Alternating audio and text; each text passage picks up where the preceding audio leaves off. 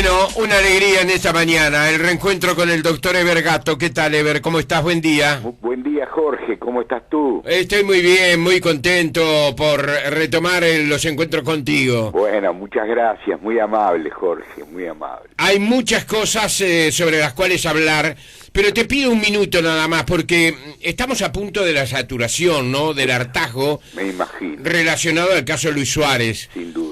Tú has trabajado desde los aspectos legales en el mundo del fútbol, lo has hecho en situaciones muy delicadas y bueno, ahora aparece esta instancia. Por eso mismo puede ser valioso por lo menos alguna frase con respecto a qué es lo que está pasando en Brasil. Sí, cómo no, con muchísimo gusto. A pesar, Jorge, que no estoy empapado de este asunto en la medida que no lo seguí de cerca, ¿verdad? Sí, claro. Acá está en juego el estatuto de la FIFA, está en juego seguramente algún reglamento que regula el desarrollo de este mundial, no lo sé eso con exactitud. Está en juego los reglamentos de la AUF, de la propia AUF uruguaya, es decir, hay un cúmulo de legislación encontrada y muy difícil de desentrañar, ¿verdad? Uh-huh. De manera que no es fácil determinar qué es lo que va a pasar. Hay antecedentes por parte de Suárez, lamentablemente, que también seguramente están jugando en este asunto, y yo no me animo a predecir qué es lo que va a determinar la AUF. Me animo a pensar que en definitiva lo van a sancionar en función de esos antecedentes, pero nada es seguro en este campo, ¿verdad? Donde todo es muy confuso, muy difícil de determinar. Mi deseo como uruguayo, naturalmente, sería de que no pasara nada. La defensa que tiene el jugador uruguayo es muy buena. Balbi y Barrera son dos excelentes abogados, además individuos empapados profundamente de todo lo que tenga que ver con la reglamentación de FIFA, así que en ese aspecto tiene la mejor defensa posible. Bien. Pero sigo diciéndote que no sé qué va a pasar, porque además la legislación de FIFA es muy confusa y las interpretaciones que en el pasado ha hecho FIFA son muy variables, muy cambiantes, no tiene una jurisprudencia firme, en un caso ha determinado de una manera, en otro caso ha determinado de otra, de modo que eso es una dificultad adicional en este caso, ¿no? Entiendo. Vamos a ver qué pasa. Bueno, venimos al panorama local, los partidos políticos están afinando su campaña, se están haciendo anuncios pero muy escasos. El tema es que parece ser, como estaba previsto, que todo lo que está ocurriendo en estos momentos dentro de los partidos políticos y alrededor de los candidatos a la presidencia está en el círculo más cercano, ¿verdad? Exactamente. Están sucediendo cosas, pero no se sabe mucho y se están básicamente... ¿Hola? Sí, ¿me escuchás? Hola. Sí. ¿Me escuchás ahora? ¿Ahora me escuchás, Eber? No, tenemos una dificultad en la comunicación. Sí, hay un momento que no escuché, Jorge. Ahí está, no, que estaba diciendo, Eber, que todo lo que está ocurriendo en las internas, ¿verdad? Exacto. Y no debe ser poca cosa, se deben estar tomando decisiones con respecto a la campaña política, a cuando termine el Mundial inmediatamente salir, digamos, a dinamizar la campaña, etcétera, etcétera. Un gran tema que aparece nuevamente es el tema del debate televisivo. Exactamente. Ayer, hace algunos días, el ex ministro de Economía Álvaro García, muy cercano al doctor Vázquez, había manifestado que no estaba descartado que el doctor Vázquez aceptara un debate, la realización de un debate, de debatir. Incluso el doctor Pedro Bordaberry lanzó la idea de varios debates con todos los candidatos en los distintos medios, es decir, un debate en la televisión, otro en la radio, otro en los diarios y otro en las redes sociales. Exactamente. Y era una buena idea, de verdad. Es una buena idea, claro que es una buena idea, pero con respecto a lo original, es decir, al principio, que estaba marcando, además, de alguna forma la cancha en el sentido de la realización o no de debates, era la posición del doctor Vázquez. Los candidatos del Partido Nacional, los candidatos del Partido Colorado y el candidato del Partido Independiente habían manifestado su deseo de debatir, pero tanto Bordaberry como Lacalle Pou habían señalado que no iban a debatir entre ellos, sino debatía el doctor Vázquez. Ayer Vázquez reiteró su decisión de no debatir, es decir, la información que trascendió es que el doctor Vázquez no va a debatir y entre otros elementos sostiene el que ha sostenido en más de una oportunidad, ¿no? El que no se quiere prestar a show mediáticos. ¿Cuál es la importancia que le atribuís a un debate? ¿Es fundamental un debate para la decisión de los ciudadanos? Mirá, Jorge, yo siempre, no con referencia a Vázquez, sino en general, como tema abstracto, como tema general, he sostenido que los debates son importantes. ¿Por qué? Bueno, porque la democracia en sí misma, como institución política, es un debate. Cuanto más se debata, cuanto más se aclaren las respectivas posiciones, cuanto más a fondo se vaya en la confrontación de ideas, más se va a informar a la ciudadanía y por consiguiente se va a opinar con mayor conocimiento de causa. En realidad, las tendencias modernas en materia democrática tienden a que la democracia sea precisamente una democracia participativa, una democracia donde los ciudadanos se involucren lo más posible y estén lo más informados que se pueda.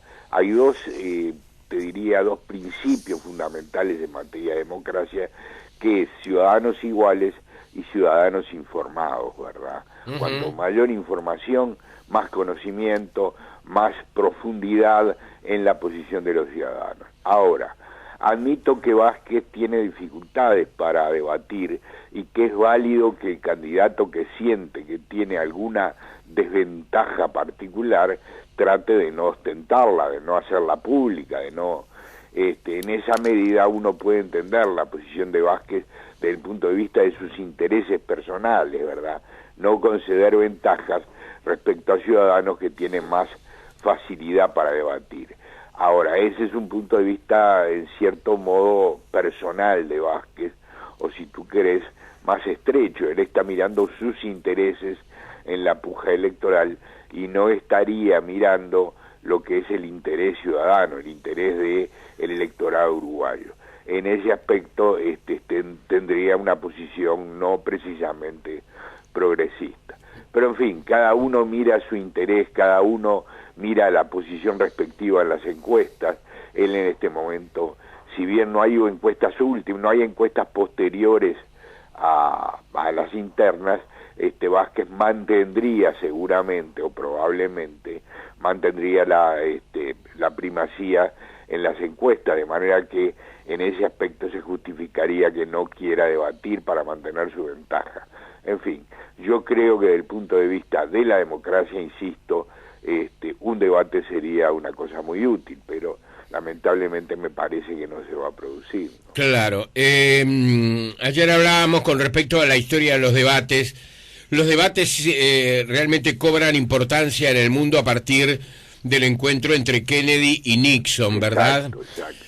Hay que recordar un aspecto curioso de ese debate.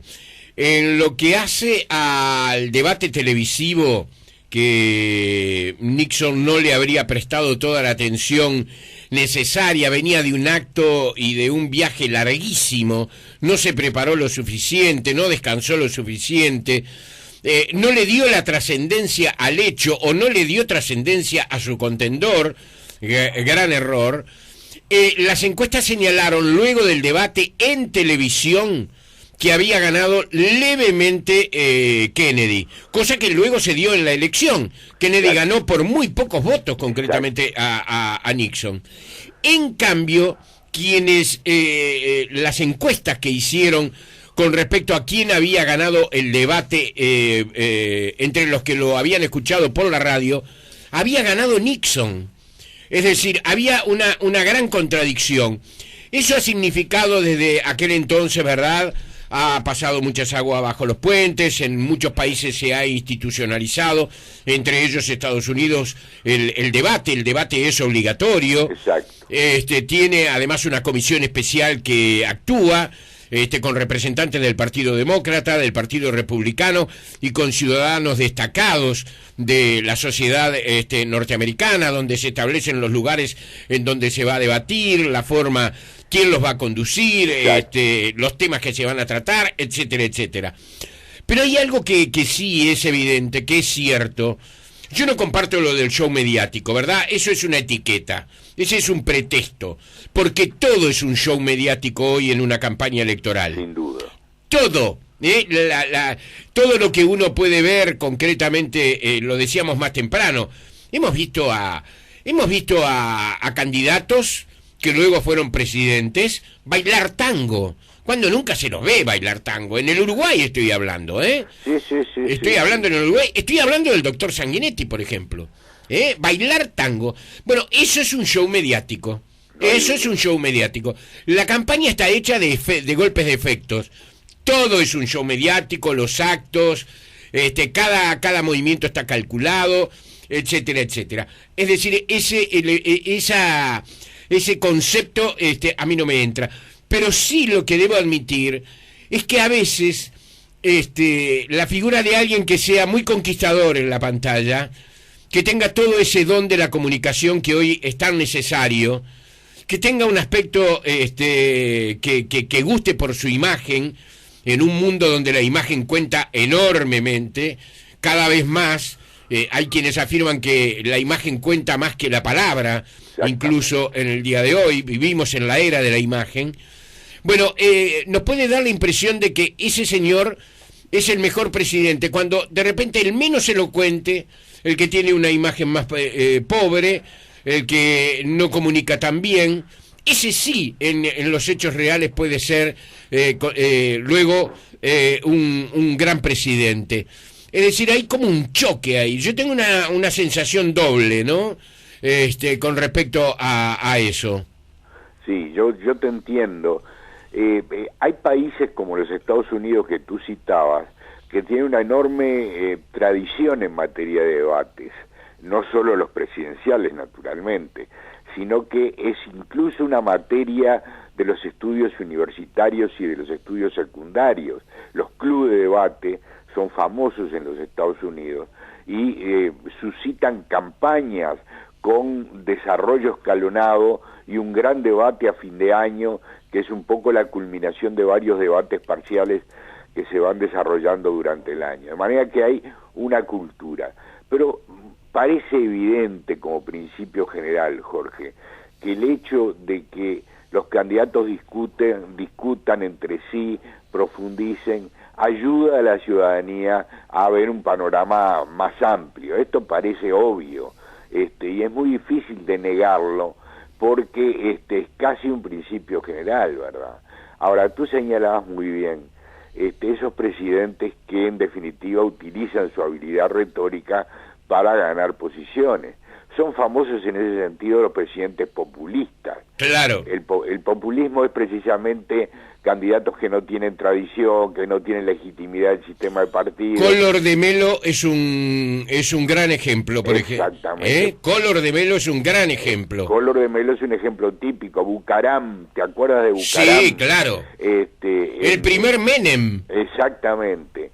Que fueron el primer Perón, que además de todo, yo no lo tenía tan claro, pero acabo de escuchar un discurso de Perón de los años 50, que es una maravilla desde el punto de vista de la construcción del discurso. Era un gran polemista y un gran orador, Perón, sí, sin duda. Sí, sin duda. Y eso hace que algunos presidentes o algunos candidatos a presidente destaquen como eventuales polemistas ganadores de un debate.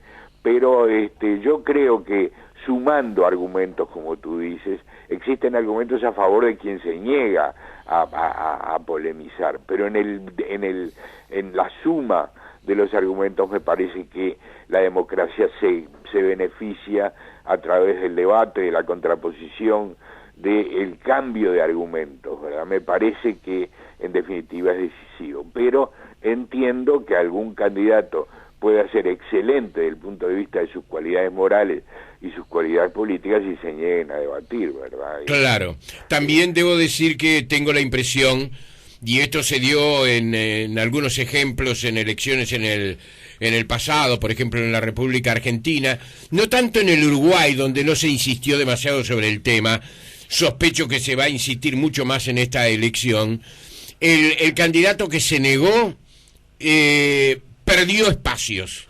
Paga precios. Paga precios, no exactamente. No quiere decir que pierda la elección ni nada por el estilo.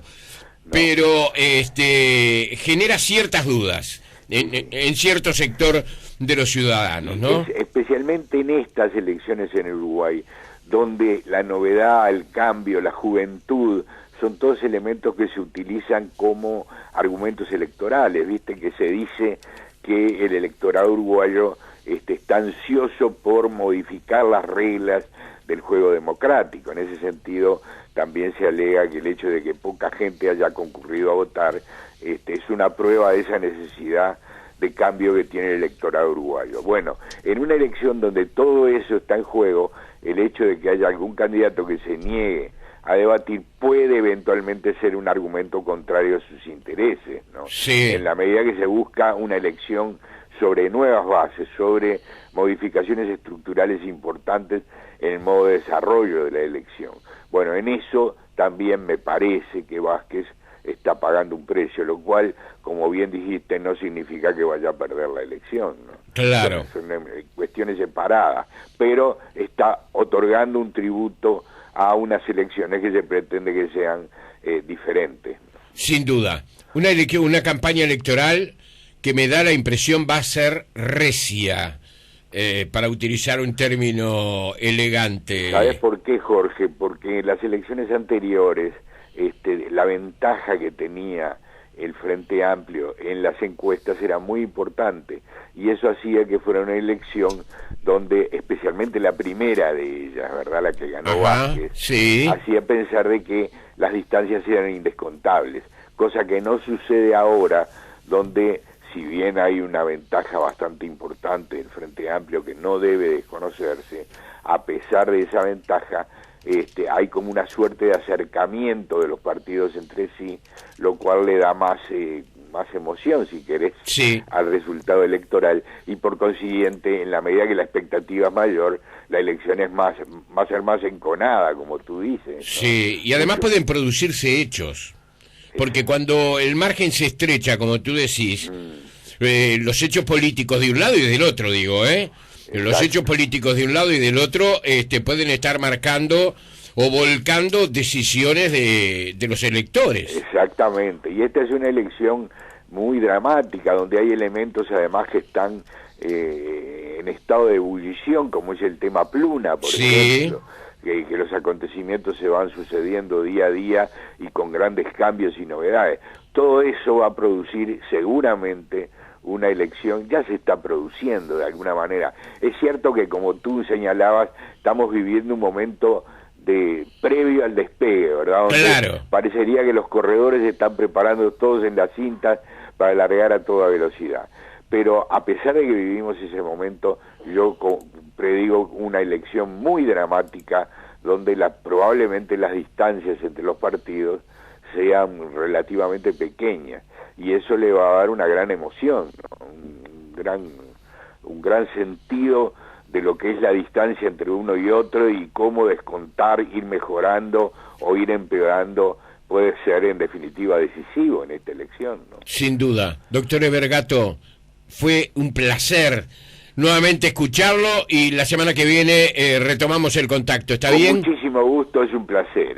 Un abrazo, Chao, Ever. Jorge, Suerte, chao. suerte. Chau, chau.